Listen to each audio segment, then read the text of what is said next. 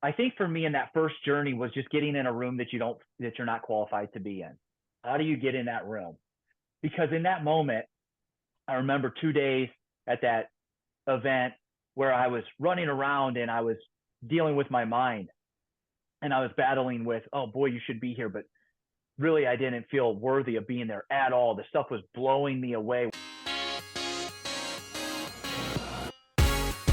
Hello, everyone, and welcome to the Moeller Real Estate and Business Podcast. I'm your host, Phil Moeller, and on this podcast, we will be interviewing guests that have made their mark in real estate, in business, and in other areas of life. Listening to podcasts myself has helped me in so many different ways and continues to do so. If you're a real estate investor or an entrepreneur or aspiring to be either, or just someone that wants to learn, you've come to the right place. An easy way to have an impact is to share this episode with friends or family, provide a review, or just spread the word. We greatly appreciate it, and now let's get to the show.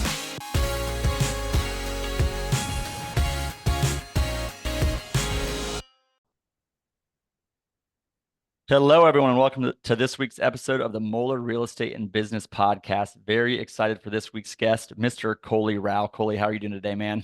I'm doing great. Thanks for having me today, Phil. Appreciate it. Coley hails from the great state of Ohio, Bryan, Ohio, small town, northwestern Ohio for our listeners. So if you're from the area, maybe you know where that is and maybe you don't, but that's okay. Coley is Senior VP of CrossCountry Mortgage, one of the top mortgage and loan originators in the country. And really just we'll talk about applying hard work, dedication, growth to not just his mortgage business and what has made him so successful there, but really in all areas of life, I think today probably. So Coley, why don't we start? I mean, how did this all come about? How did this start? How did we get where we are today? Well, I grew up and I always wanted to be a mortgage lender,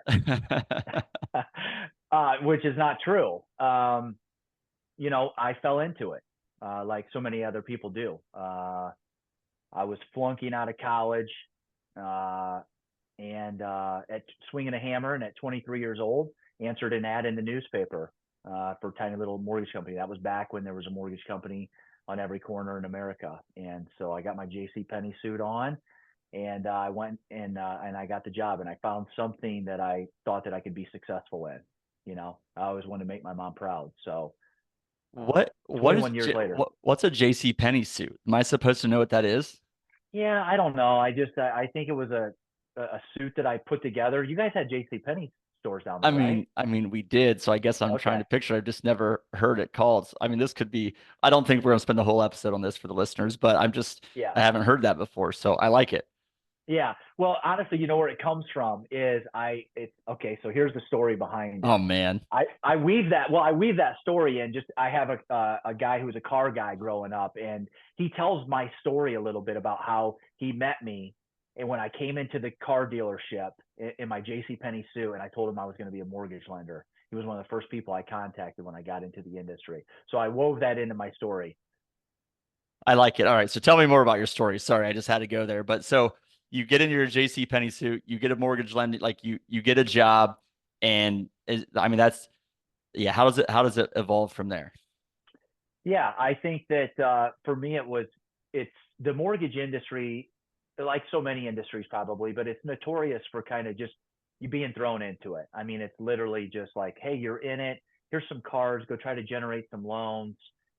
Start with your friends and family, which is kind of how real estate and lending starts. And so for me, it was just jumping into the water head first, trying to generate leads and spending the first couple years just trying to put together deals and build relationships from scratch, which is not easy to do. I would not want to do it in today's mortgage and real estate world. So when you got started, how much of it was marketing versus sales? Yeah, I think it was all sales really. Marketing back then, I mean, there was no social media. So there was nobody that was drumming up any business for me. It was all just direct sales.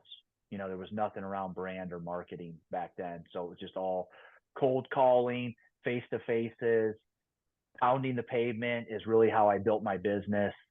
Going and seeing realtors in person. That is back when they were in the office consistently, which again, that dynamic has completely changed these days. Nobody's in the office anymore, and it's hard to get people face to face. So if you think back throughout your career, right, to there's a big jump from when you're getting started to now, but like what were some of the things, like either major events or shifts, aha moments throughout your just business growth and career that has led you to today? Yeah. Yeah, I don't know. I think a lot of times people are looking for whether they're listening to this podcast or whether it was myself or in conversations, everybody's always looking for a silver bullet. I don't know that there is a silver bullet. The silver bullet is consistency, getting up and doing the hard work every single day, getting up and doing what you don't want to do every single day. And for us, it was doing what we say and always finding a way with our homeowners. We believe that everybody's a homeowner. It's just a matter of when. And so we just get up every day and we serve customers, no matter if they've got bruised credit, investors with bruised credit, or lack of income, and they're trying to figure out how to put that together. Um, So, so you talk about, and you talk about it in your bio too, but just hard work, dedication. You said it again, and you also said consistency. Um, so as you were building this, as you were building your just client base, building your book of business, if you will. I mean, was that it, or was there like did team members come in? Like how did it just did it ever shift from that, or yeah. the type of work shift from that? Yeah, let me take you through the journey here a little bit. So when I got started, first 3 years I was in the business. I was pretty much a broker back then, so it was the early 2000s of being a broker. I was doing a lot of the crappy loans. We would do a 2-year adjustable loan with a 3-year prepay. So people's payments were adjusting. Everybody was getting those loans. Didn't matter if they had bad credit, good credit. It really didn't matter. Just those loans were being slung all over the place, and that's how I learned. 2006, I went to another company. So I've only worked at 4 companies in my career. 2006, I went to a different company because my first one was trying to put me in non-compete, and I could just tell that that was not working for my character. It just it felt wrong. And so I went to this place and met an underwriter who taught me government loans. She taught me FHA, VA, USDA loans, state bond programs, and I started carving out a niche. So one of them was I just became a really big USDA lender. And since that time, I mean, I've been, top 10 USDA lender in the country. I think I've made my way all the way up to 5th on that list before nationally. Um, and that's a great program. It serves the Midwest, and people can buy houses with 0% down payment, and get the seller pay the closing costs. Fast forward 6 years there, head down, doing the business with my hair on fire, because the mortgage business will take everything from you if you let it. Uh, 2012, I go to a manager meeting and they close the doors. Uh, at that time, I thought my world was coming to an end. Had a crazy week that week where they closed the doors on that Monday. I come home that next Tuesday morning. I had my first employee resign on me. She didn't even know what happened the day before. So she resigns. The next Wednesday, I go back up because the company was being bought by a bank, and they didn't want, like, there was no place for me in that because I charged too much on my, I made too much money on my loans for working at a bank, if that makes sense. Yeah. So there was no direct thing, but I had nowhere else to go. I was like a man without a home on that Wednesday.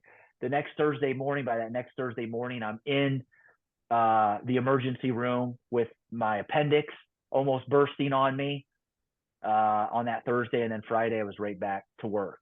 And so that Monday, I get a call from another mortgage company, and first place to call me, I signed with. I was just happy to have a home. Yeah. And 2 years into that journey, I met my first mentor in that. And so I was doing around 200 units a year, literally with my hair on fire. Had some health challenges at 33. Had a mini stroke in my office. Um, I think that was self-induced through lifestyle and also the stories that you tell yourself. Tell Was yourself that the weight of the world is there for you. You can kind of manifest that. So when you say lifestyle, was it working so hard and then the stories you tell yourself, or was also lack of healthy lifestyle outside of that? Like you're a very healthy, fit dude, clearly. Um, but was it just work and stress induced, or it was also bad habits everywhere? Yeah, it would definitely be both. Okay. So Yeah. there's been a Yeah. transformation from a health perspective over the last several Yeah, years. 100%. Yeah, I think the real estate industry is notorious for, cocktail hours and parties and that's kind of how you build your business, whether Yeah. you're a title rep or a mortgage lender, or that whole circle is constantly about having happy hours and going to happy hours. I need to meet people, and it becomes a bit of a drinking lifestyle. It becomes consistent. And so even from the people who manufacture the loans or underwrite the loans at corporate, it was always notorious business for, my gosh, I'm an underwriter all day and I got to go home and drink at night, to gear up to deal with the day and then be able to come back the next day. So I feel like a lot of the population was in that sort of a cycle. Well, you also mentioned there your first mentor, and we talked a little bit on the Yep. pre-call just about the importance of your network and mentorship and coaching and kind of how you apply that. So why don't you tell our audience like either that first mentor about that or just your general philosophy on mentors, coaches, and how you use that in business and maybe other areas of life too. Yeah. Yeah. So I met him. I was the number two producer in the company. He was the number one.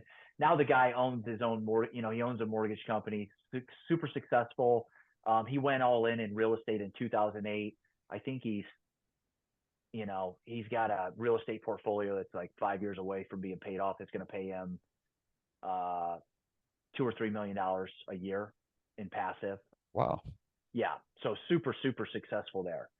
But he just told me that, hey, you need to come to. He said, I see a lot in you, and I went to this one day event that changed my career 10 years ago, and I'm back in this organization, and I think that you should attend. And I remember him calling me like 3 times from like March to May when the event was being held in San Antonio, and it was always the same thing, right? Like I was a development guy, like I would mow the lawn with my little iPod with like Tony Robbins and stuff, but never in that next level of it. And I remember the third time he called me and asked me, of course, I'm so busy that I can't do anything basically, Right. right? Was how I lived my life 24/7.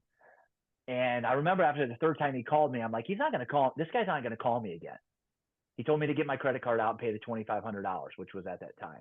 And I paid it. And I remember going to that room and it just exploded what I knew and who I knew nationally. So it took this small town guy in a business such as the mortgage industry where, a lot of times there's what you might call shell games, not a lot of transparency. It's like the game with the three solo cups and the ball that's underneath it, trying to find that ball. It really opened my world and set me on a path of leadership and development. So before we get, I want to get into leadership and development, so I'm gonna write that down. But before I do, you said that it expanded and blew up what I knew and who I knew. If you were to compare those two and the importance of what you know versus who you know, what would you say like is more important to your success?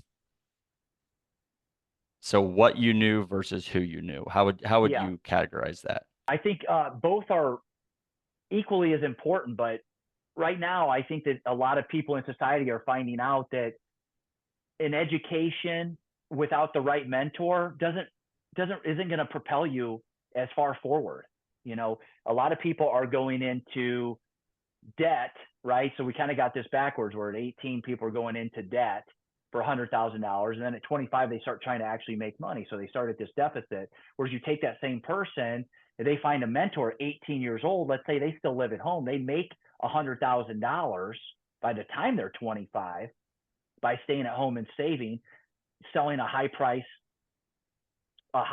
point item, whether that be real estate or medical supplies or life insurance. They take $100,000, and by 65 they don't have to touch that money. Let's say they go back to college, they don't touch that money. At 65 they have $6 million in the bank. So we've kind of got it backwards. I think you've got to, what you know is not going to be as important as who you know. People are always going to get you there quicker, and I do believe wholeheartedly in proximity to success. Yeah. You've got to rub elbows with those people. And I've spent, the last 15 years of my life, seeking that out. Colleagues, mentors, coaches all over the country. So yeah, and my opinion on that too, we're like, if you ask me my keys to success, two of them are always education and association, and I think they're both important. If I had to pick one, we're not telling people pick one or the other. If I had to Mm-hmm. pick one, I would pick association, as you called it, proximity.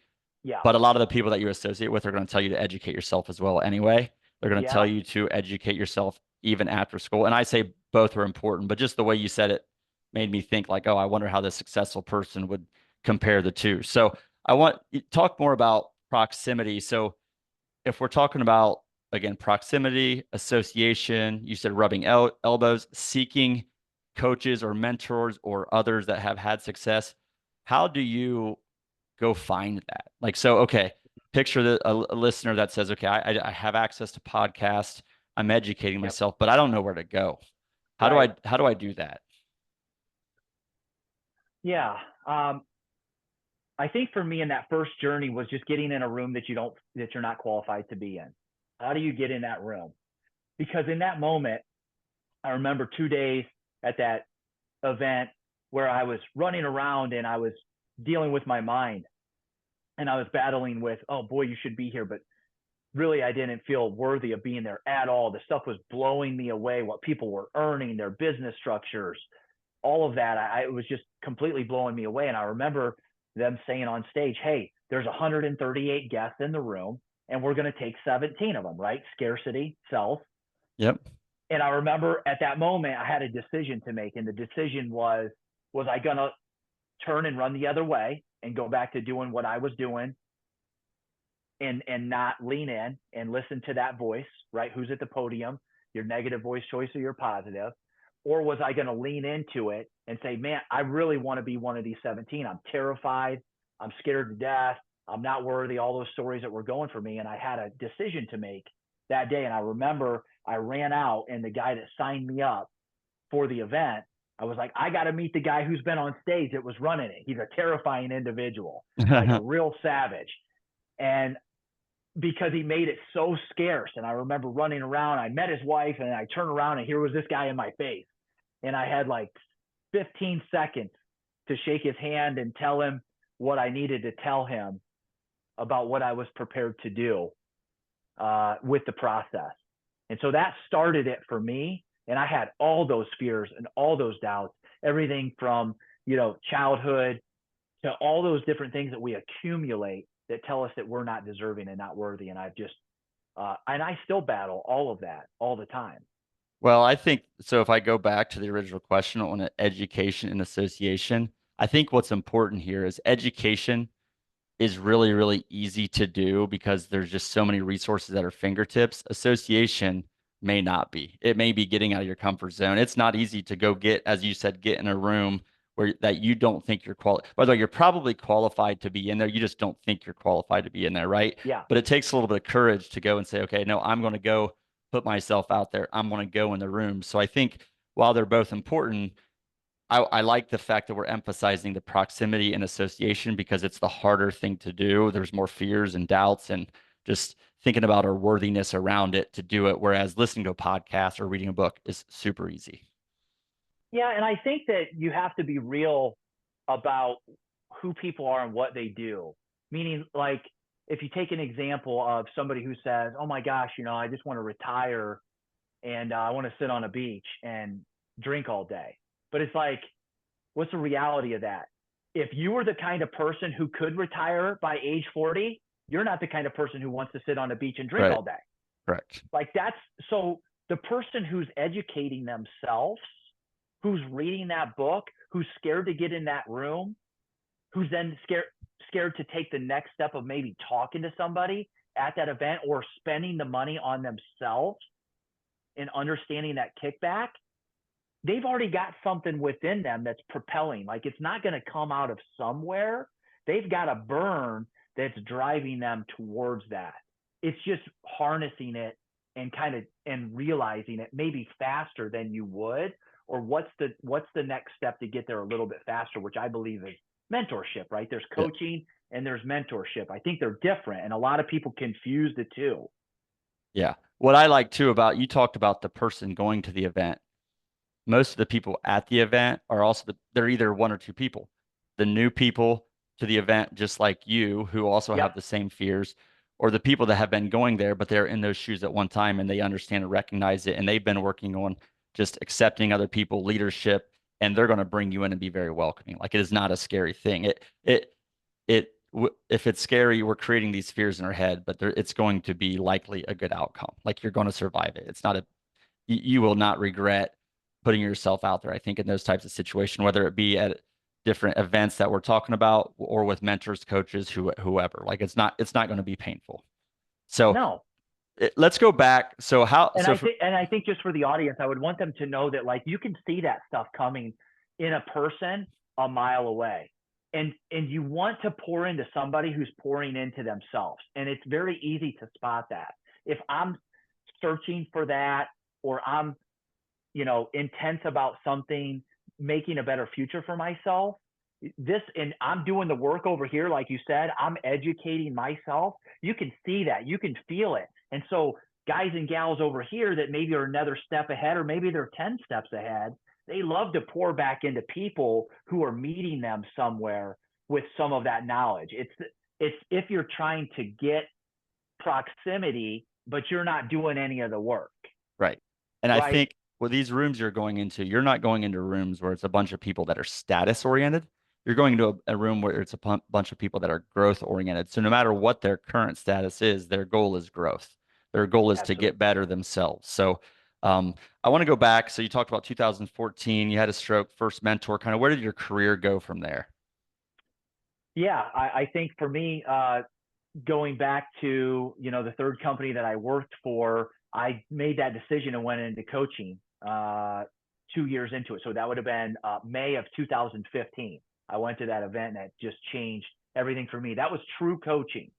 Coaching down to who did you call, what did you do today, did you brush your teeth? I mean, real high level coaching. I did that for almost 8 years. And that's coaching is accountability. Yeah, I wrote down that. Okay. I was going A to little ask bit that. different than mentoring, but um, I did that and it just changed, again, the trajectory. It taught me about building a business. And that was my migration from salesman to businessman.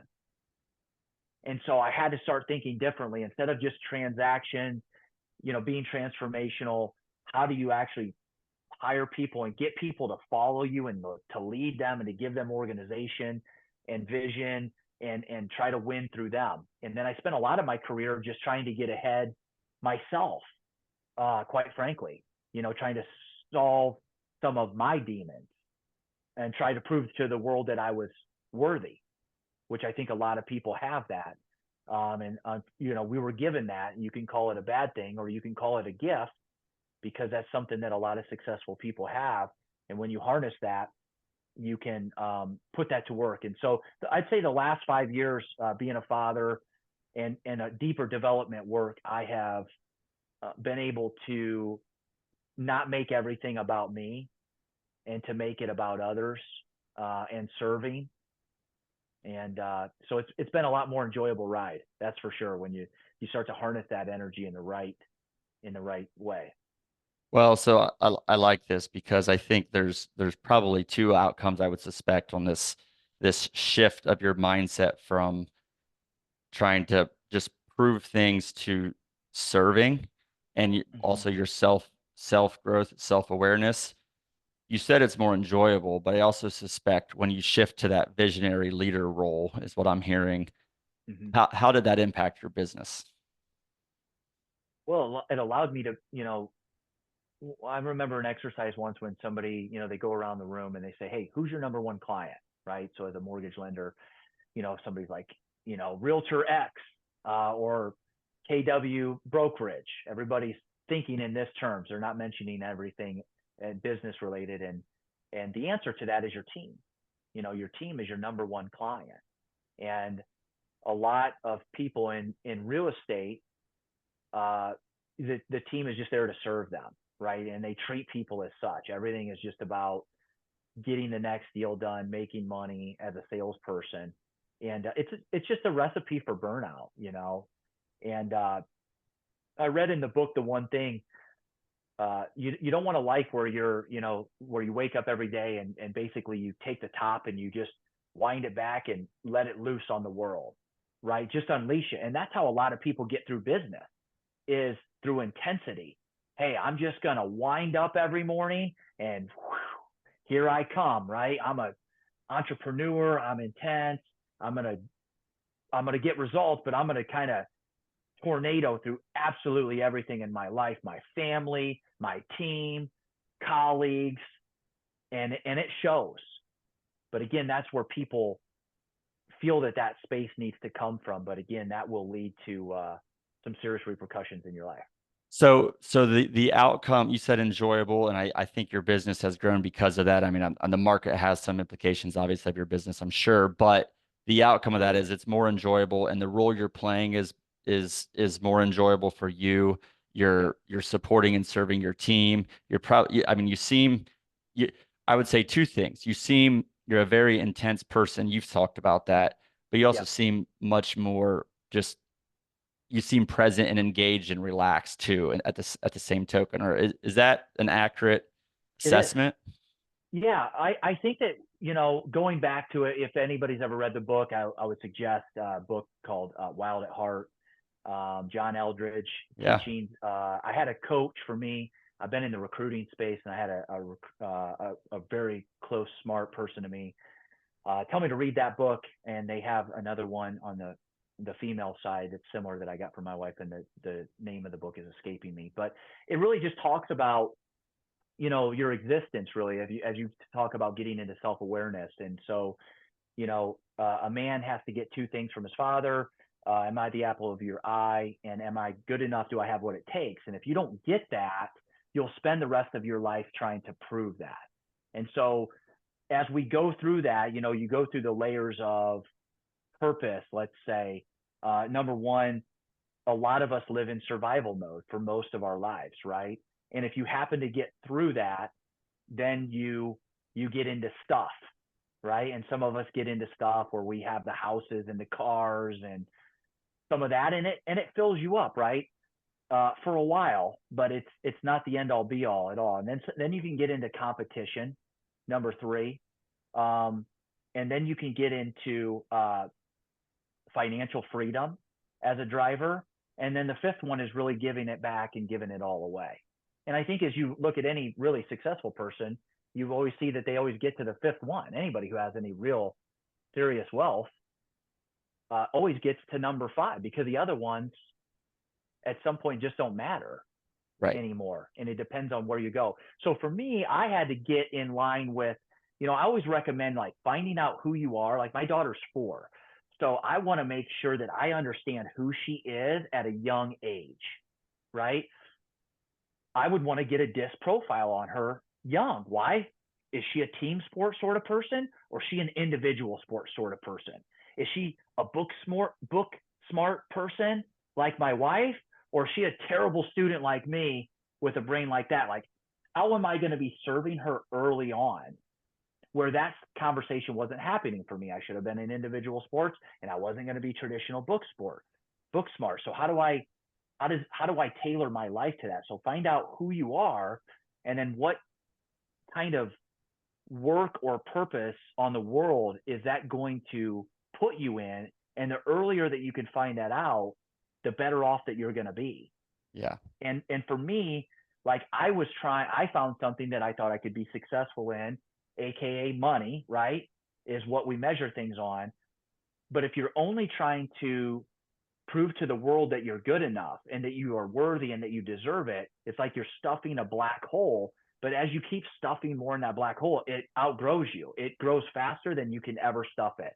And so when you kind of, you know, around 40 years old, I really started to figure that out. And then I've made some other changes in my life over even the last couple years to really just bring, yes, I'm an intense individual like my coach, one of my coaches, who's very intense and coaches many of the famous people that we know. He says, when you see the vein popping out, you know, it's nothing, it's just who we are. Yeah. And it's not for everybody. You know, we're intense individuals, Yeah. but Well, getting that focused in the right direction is where life gets better. well, first of all, Wild at Heart, great book. And if Yeah.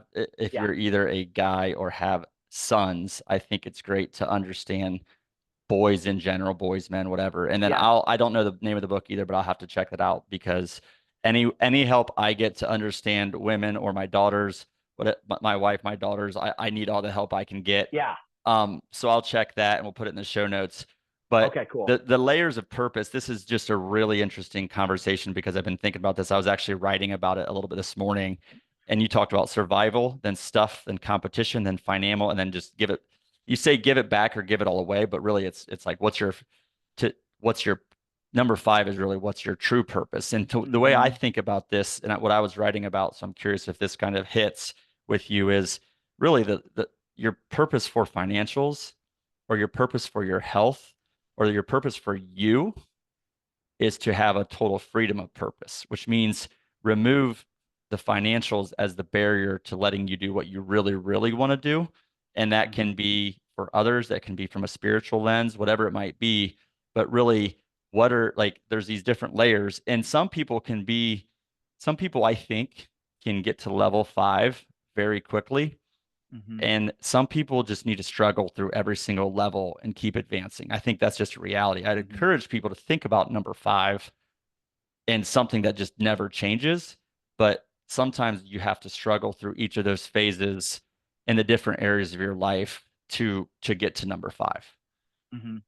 Well, and it's the ultimate thing that's very difficult to find out, right? And you kind of got to accept that. Some people stumble upon that early in their life because we're all brought up and have different influences. Every single one of us is unique to us.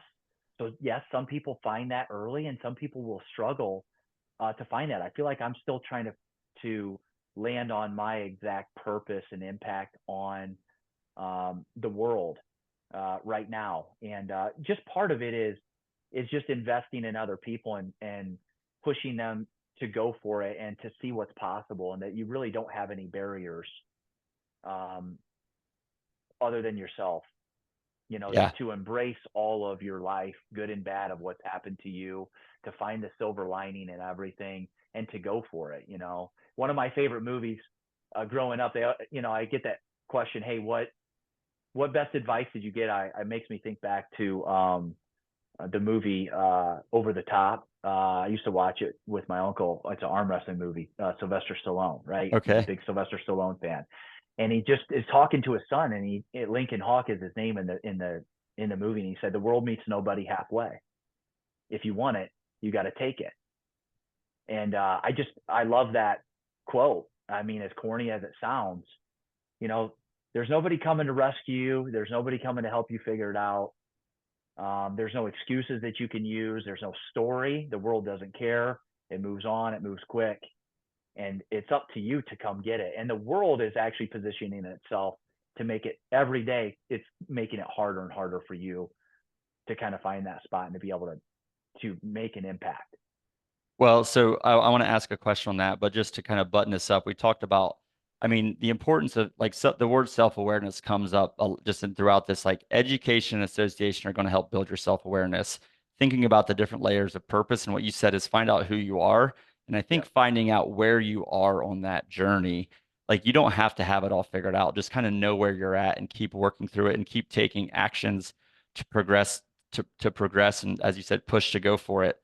The other thing you've said now, I think twice, is that it's going to make it harder on you, but the frame of reference you had is okay, these things are a gift. You Mm-hmm. said that. So tell me more about the mindset when things get hard that you have. Yeah, I was just at an event in Las Vegas, and I remember I was listening to Alex Hormozy, and he just said, "This never gets any easier."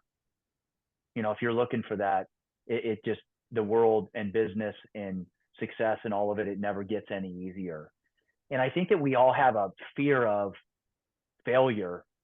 And I'm listening to other people talk about embracing it and just reframing it as, if I'm failing, I'm taking action and I'm getting there quicker. But so many of us are frozen from taking action because of fear of failure. Yep. And um, I don't know. I lost you I there. I I get your I question.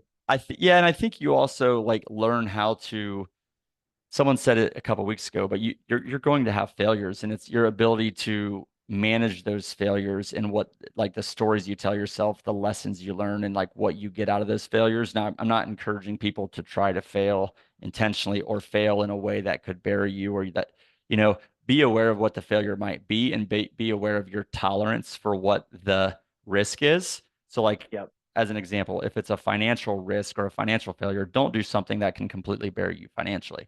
But if you Hmm. try to do something that, okay, there's some risk financially, but you know what, it's probably okay, go for it, right? You're going to either be successful with it or learn from it and you're still okay. So I think just framing up and understanding those risks and risks don't have to be, and then the other thing else is risks don't have to be financial. Like we think go big means take a huge financial risk. That does not need to be the case at all. There's a lot of different ways to go big and it depends on to going back to this layers of purpose. It doesn't, that's not a financial thing. That's going big is going after number five, whatever that means to you, right? Whether it's Hmm. financial or not financial. Going big is going after that, in my opinion.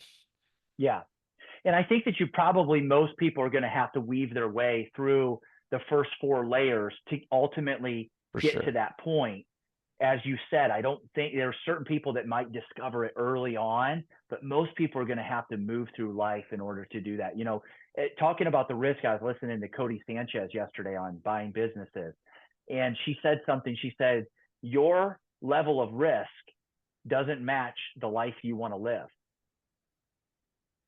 And that really hit home with me. It was like, wow, what's my risk? Am I really taking the kind of risk in my life to live the kind of life that I want and think that I should be living?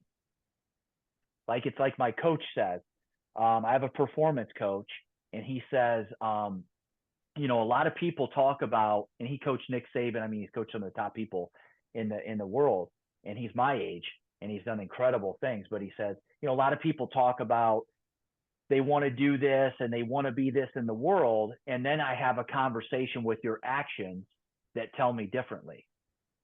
Yeah. And so it's just being real with yourself, being able to step back and look at what's really going on with the whole package. Where are you at uh, on the pillars of life? Some people have four, some groups have six, or some have eight. But like looking at, where you're at, everything from your friends and your family to your finances to your spirituality, you're all gonna, kind of doing that wheel of life sort of thing and seeing where you're really missing, because I feel like you've got to work and get some of that stuff right. You've got to have three or four buckets going well to increase the other couple. Yep. And right now you might only be able to control these three or four, but you're grinding through to make some of these other ones happen, and you're aware of them, like assessing that often. In coaching, we used to do that every 6 months. We do the wheel of life. Yeah. And I think the best indicator of your priorities and the balance in different areas of life is it's not me telling me what I think my priorities are. It's just what my actions are. Right. That's your point, is that just my actions communicate to the world and to me what my real priorities are. So I want to if you just Easier to step talk about it than be about it. it is. It is. So if Yeah. you kind of step back and think about, your career, business life, all the development coaching you've had in different areas of life. I mean, we didn't get into just health and fitness. We talked about a little bit, but just you seem to have it very dialed in. If you step back and reflect for what you do, how does it make you feel? Yeah. I think that, it reminds me, the first thing that comes to mind, Phil, is discipline equals freedom, right? It's like the old Jocko thing. He actually spoke at our sales rally last October. Uh,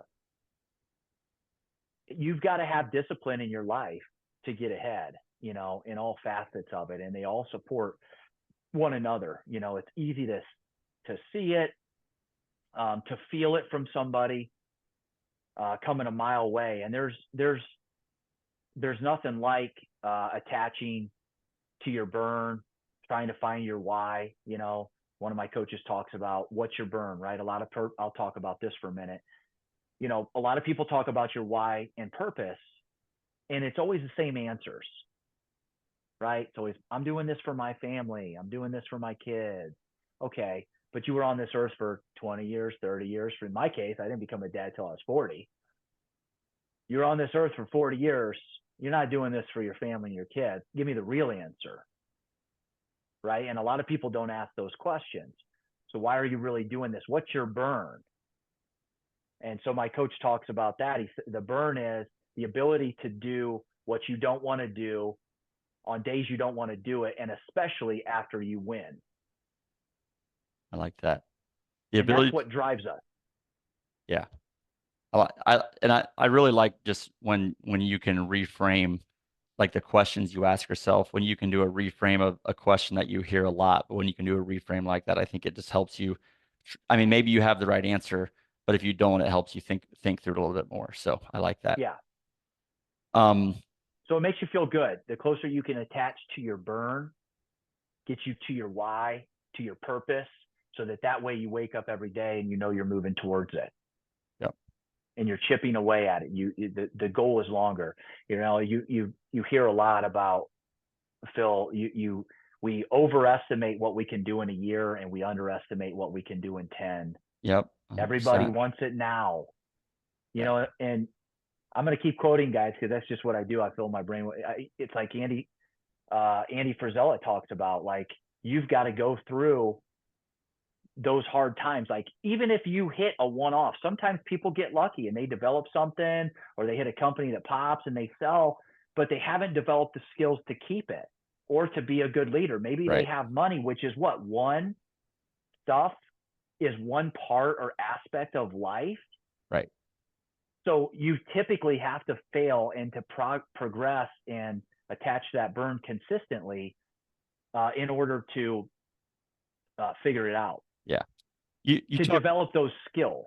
There's a difference between having money and having skills to build a company and or lead other people. Yeah. If you don't have this, It's I a mean, big difference. there's a reason lottery winners don't keep money. It's because they don't have the skills There's to a manage show. it. Right. So, There's a show.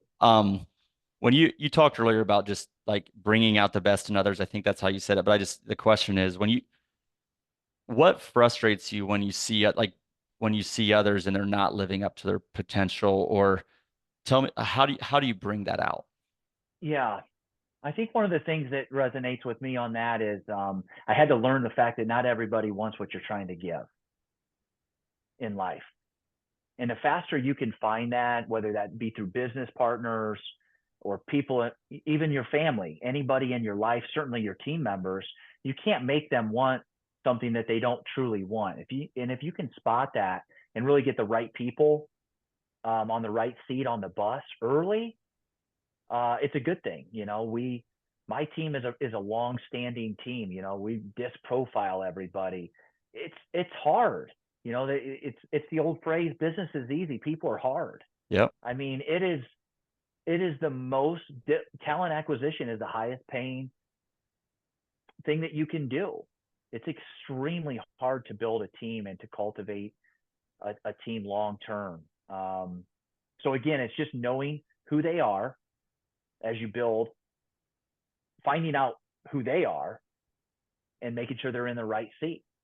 You Yep. know, it's like I've had people who are high eyes who should be talking to people all day on the phone, and they're working at a factory sewing in a corner where they don't talk to anybody all day long. But, you know, people don't spend any time. You know, you could find that out for $100 test Right. that person shouldn't be in the corner of that room sewing. She should probably be on the phone all day Right.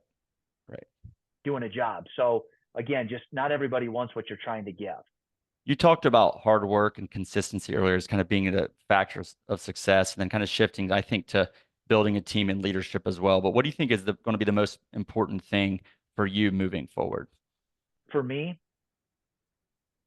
I think I'm trying to clarify my real burn, purpose, and why, like my spot on this world that I'm working on, and then creating a better vision to attract the right people towards that vision, and having the most impact before I die on the most amount of people that I can. So people move to clarity. And, a lot Yeah. of entrepreneurs are like, we're moving in a million different directions and we can change all the time. And we talk out of this side and that side, but getting clarity, people run to clarity. Yeah. Yeah. And so for a lot of us that go a lot of directions, it's, slow down to speed up sometimes. Yeah. I'm only smiling or grimacing. I don't know what it is because I can relate to what you're Yeah, talking about. for sure. I want to ask a couple of closing questions here, Coley. This has been great. What has it been? You talked about a couple of different books, but the most impactful business or real estate book that you've read? I would say I like to go back to E-Myth. The Myth of the Entrepreneur is a Hmm. really great book. It stands up. I still like Who Not How. I think we asked the wrong question. I think we were brought up to ask the wrong questions. I think as a business owner, if you read I mean, one's about building systems and processes, the E-Myth revisited, right? So the entrepreneurial myth. And then if you think about who, Yep. not how, I mean, if you just combine those two books, honestly, from a business perspective, that's a really powerful combination right there. If you think about it, I don't know if Yep. that was your intention, but what about personal development book? Let's see here. I might have it up here. I'm trying to think of the name of that one. Am I doing that on camera right now? Oh yeah, we are live. Oh, we're live. You look good. Your backside looks good too, Coley. Yeah, I mean, I was looking The Code of the Extraordinary Mind, What's that? I have, by Vishon. It's about bending the universe to you, right? It's we have a culture, and I have a lot of books at home, but we have a culture that's a what do they say? Boy, that must be nice. Boy, that must be nice sort of culture. Oh, he's doing well or she's doing well. And it's like you talk to the people who are really doing it, and it's like the harder I work, the luckier I get, sort of yeah, thing, is the reality of that situation. And so that just talks about bending the universe to you. Like you're literally bending things by getting up and writing your 3 priorities and executing on those and getting your workouts done and eating clean, and having something bigger physically is something that I've implemented, where we're doing this mountain climb in a couple weeks. Have a larger goal. So I like that one. I also got one back there, The Power of One More. Ed Milet's a great book as well. yeah. I'm a Tons of great books. big fan of his podcast. Um, what are you just kind of closing? You talked about, some different things, but what are you really excited about? Yeah, for me, right now in front of me is I'm doing it first year that I'm doing a Misogi. So following Jesse Itzler's calendar system. If you're not following that, it's a great way to get your year planned. I have mine right here next to me, and you start with your Misogi. So that is something that you put down on your calendar to start your year that's super difficult, that you don't know whether or not you'll be able to accomplish it. And so they call it your year defining moment. And so for me, I'm climbing a mountain 13 times, which will be the equivalent of climbing Mount Everest. I have 36 hours to do it, and I've been training for it. And it's just taken my level of discipline to another level. It cleaned up my eating even more. It's helping me at work. It's helping me be a better dad. It's kind of like what Ed Milet says. He says, this balance isn't a thing. I go hard everywhere. I go hard in the gym. I go hard at home. I go hard at work. I go hard on my development, like going hard everywhere. So I'm excited to get through that obstacle and to plan the next one. I think it's something new for me that I can start to see what I'm really truly made of.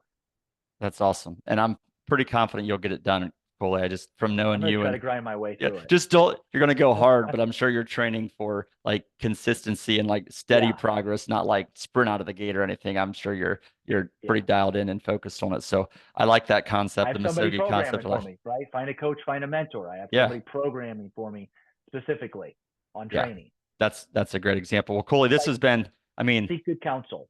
right. This has been so helpful. Honestly, I have a bunch of notes that I need to go through and like I need to implement this and that and that. So I appreciate Mm-hmm. you also I've had someone talk to me like, man, I keep hearing all these different good book recommendations too. So my book list keeps growing and growing. So you only added like 4 or 5 to that, but sorry to the listeners, but there's just I think that there's a lot of good content, and when people put it in books, it's really, they've thought about it a lot, and it can be meaningful. So just pick the books that can help you with where you're at right now, and don't try to overdo it. So anyway, Coley, man, I really appreciate it. How can listeners find out more about you? Yes, you can reach me, Coley Rau. Having a unique name has served me pretty well. ColeyRau. You can find me on Facebook, Instagram, TikTok. We're on all of those, or any of our websites. Awesome. Well, hit me up on socials. Cool. We're pretty active. We're brand building. There you go. I like it. Coley, thank you so much. Again, this has been helpful to me and it will be helpful to our listeners in so many ways. So I am grateful for it and appreciate it. Thanks so much. Okay. Thanks, Phil. See ya. Have a great day, everybody.